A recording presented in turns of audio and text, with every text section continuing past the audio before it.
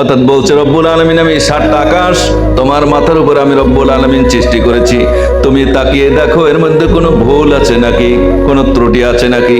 এরপর আল্লাহ পাক বলছেন তাকাও, আমার সৃষ্টির মধ্যে কোনো ভুল আছে নাকি দেখো।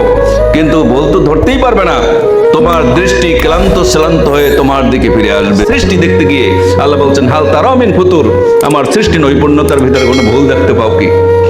পুরান দরবেশ সাহেব তিনি একটা বট গাছে বিশ্রাম নিচ্ছিলেন। এই সময় বট গাছের উপরের দিকে তাকিয়ে ছোট্ট ছোট্ট ফল দেখে তিনি বলছেন রব্বুল আলামিন, তুমি তো বলছো হাল তারাও মিন ফুতুর, আমার সৃষ্টির মধ্যে কোনো ভুল দেখতে পাও কি। তোমার সৃষ্টির মধ্যে কোনো ভুল নাই, কিন্তু আমার একটু বাধ্য। সেটা কি? যে এত বড় বট গাছ, তাল গাছটা যেমন ফলটা তেমন, নারকেল গাছটা যেমন ফলটা তেমন, সুপারি গাছটা যেমন ফলটা তেমন, কিন্তু এত বড় বিশাল বট গাছ কিন্তু ফলটা একটু ছোট ছোট ট্যাবলেটের মতো, আমার কাছে একটু বাধ্য মারব। এই চিন্তা করতে করতে দরবেশ সাহেব ওখানে ঘুমিয়ে পড়লেন। যখন ঘুমিয়ে পড়েছেন, এর ভিতরে একটা ধমকা হাওয়া এসে চট করে একটা বটের ছোট্ট একটা ফল তার নাকের উপরে পড়ে গেল। নাকটা জলে পড়ে উঠলো।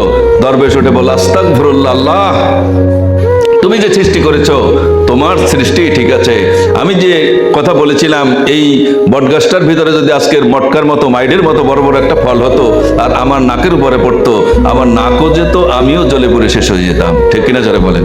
আল্লাহ বলছেন এই জন্য হাল তারাও মিন ফুতুর, আমার সৃষ্টি নৈপুণ্যতার ভিতরে কোনো খুদ দেখতে পাবে না।